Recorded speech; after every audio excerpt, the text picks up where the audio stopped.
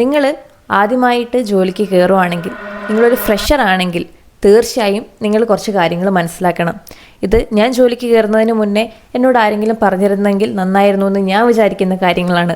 So എന്തൊക്കെയാണെന്ന് നമുക്ക് discuss ചെയ്യാം. എൻ്റെ ആദ്യത്തെ ജോലിയിലൂടെ ഞാൻ മനസ്സിലാക്കിയത്, ഞാൻ എക്സ്പീരിയൻസ് ചെയ്തും ഒബ്സർവ് ചെയ്തും മനസ്സിലാക്കിയ കാര്യങ്ങളാണ് നിങ്ങളുടെ അടുത്ത് ഷെയർ ചെയ്യുന്നത്. KPMGയിലാണ് എനിക്ക് ആദ്യത്തെ ജോലി കിട്ടുന്നത്, ടാക്സ് അസോസിയേറ്റ് ആയിട്ട്. 21ാമത്തെ വയസ്സിൽ, അതും ബിഗ് 4ൽ ഒരു ജോലി കിട്ടുമ്പം എത്ര എക്സൈറ്റ്മെൻറ്റ് ഉണ്ടാവും അല്ലേ? ടെൻഷൻ ഉണ്ടായിരുന്നു, പക്ഷെ അതിലും കൂടുതലായിരുന്നു എൻ്റെ എക്സൈറ്റ്മെൻറ്റ്. എന്നാൽ കൂടുതൽ സന്തോഷിക്കുന്നതിന് മുന്നേ എനിക്ക് കുറച്ച് കാര്യങ്ങൾ പറയാനുണ്ട്. ഞാൻ നേരത്തെ പറഞ്ഞതുപോലെ ഇത് നേരത്തെ എൻ്റെ അടുത്ത് ആരെങ്കിലും പറഞ്ഞു തന്നിരുന്നെങ്കിൽ എന്ന് ഞാൻ വിചാരിക്കുന്ന കാര്യങ്ങളാണ് ഇന്ന് ഞാൻ പറയുന്നത്. So let's start. So my first point is start asking help from the beginning. Fresher ആയതുകൊണ്ട് നിങ്ങൾക്കൊരു അഡ്വാൻറ്റേജ് ഉണ്ട്.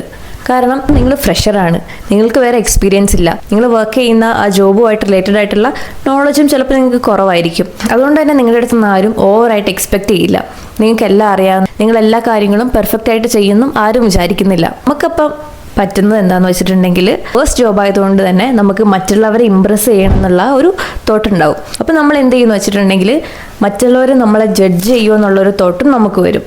അങ്ങനെ വരുമ്പം നമുക്കറിയാത്ത കാര്യങ്ങൾ മറ്റുള്ളവരോട് ചോദിക്കാനൊരു മടി കാണും, ഒരു ബുദ്ധിമുട്ട് നമുക്കുണ്ടാവും.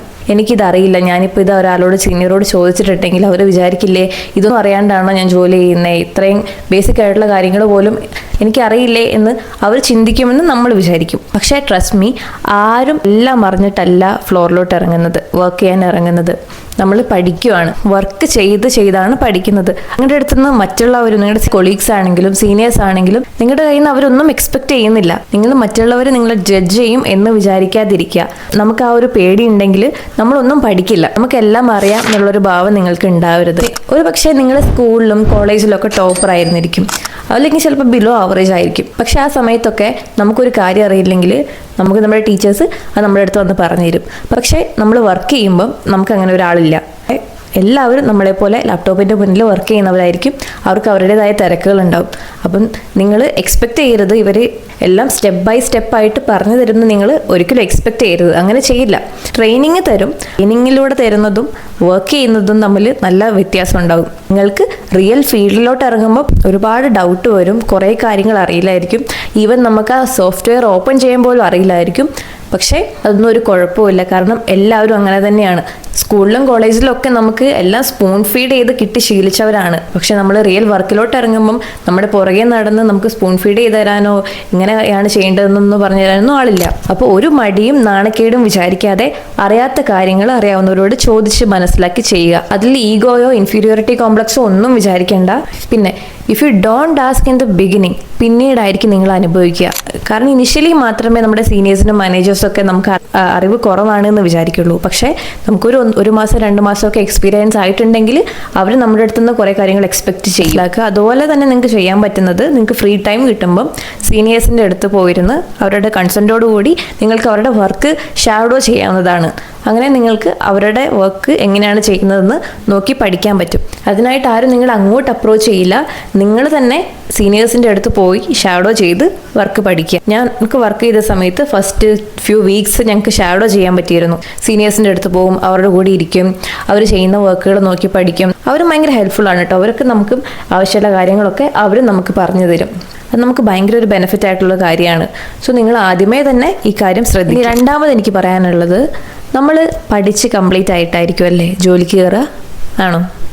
എന്നങ്ങനെയല്ല, നമ്മൾ പഠിച്ചുകൊണ്ടേയിരിക്കുകയാണ്. ഒരു ലേണിംഗ് ആറ്റിറ്റ്യൂഡ് എപ്പോഴും ഉണ്ടായിരിക്കണം.